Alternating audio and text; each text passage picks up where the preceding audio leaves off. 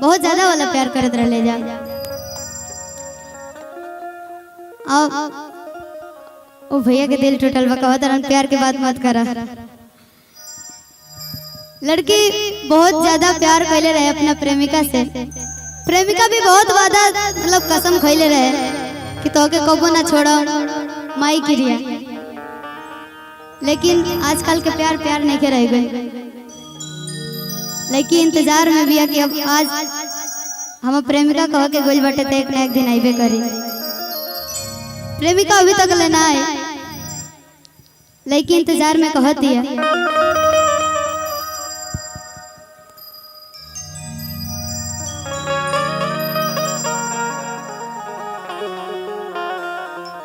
कि दर्द दिल पे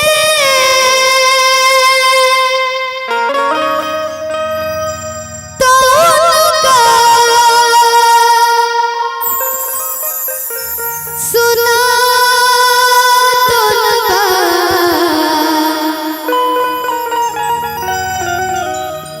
कहीं के करा से भेजा तो लगा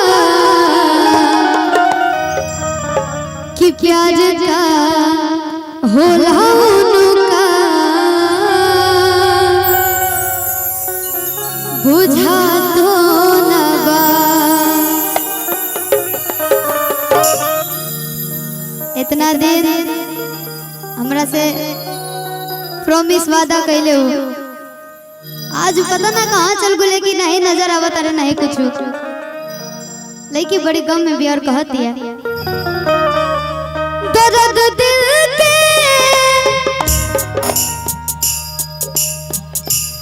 दर्द दिल के तो सुना तो लगा कहीं के करा से भेजा तो लगा प्यार का होला बुझा तो लगा प्यार का होला बुझा तो लगा।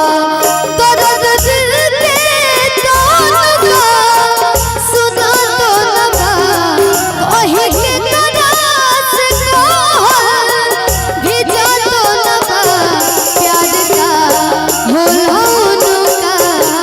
बुझा तो लगा प्यार का होला बुझा तो लगा।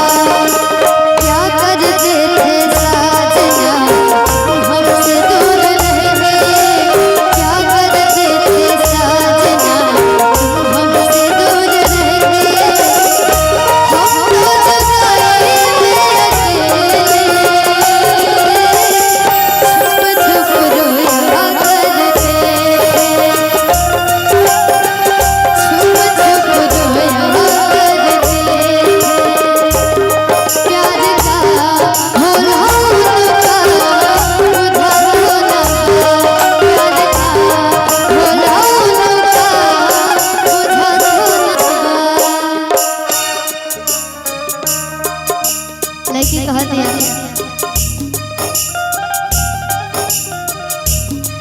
हमरा के भूला गईले जाने उ कहाँ गईले।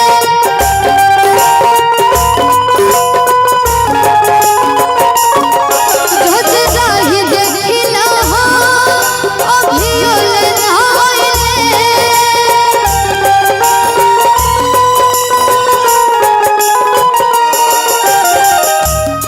हम उनका से इतना प्यार करें वो हमको भुला जाए, लेकिन हम उनका से ही प्यार कैले रहे और करत आने और हमेशा करत रहो।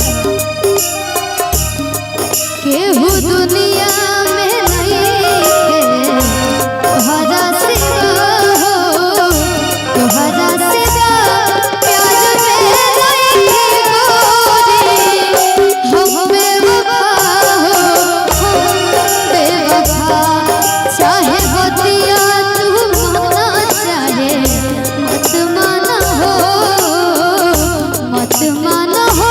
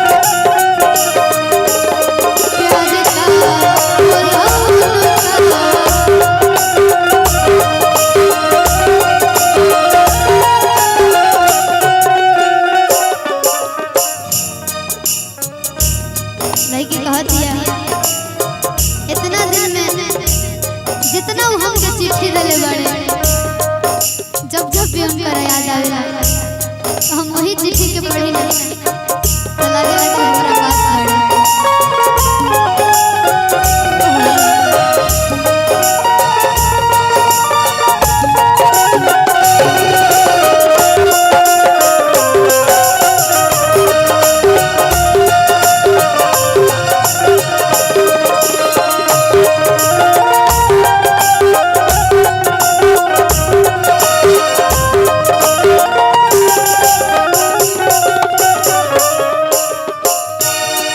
जब याद आवे बतिया पढ़ पढ़ के रोई बतिया,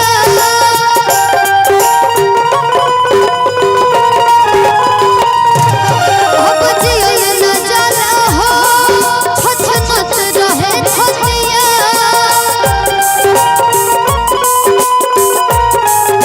जब याद आवे बतिया पढ़ पढ़ के रोई बतिया, अब जियल न जाला हो छछनत रहे छतिया। अब जियल न जाला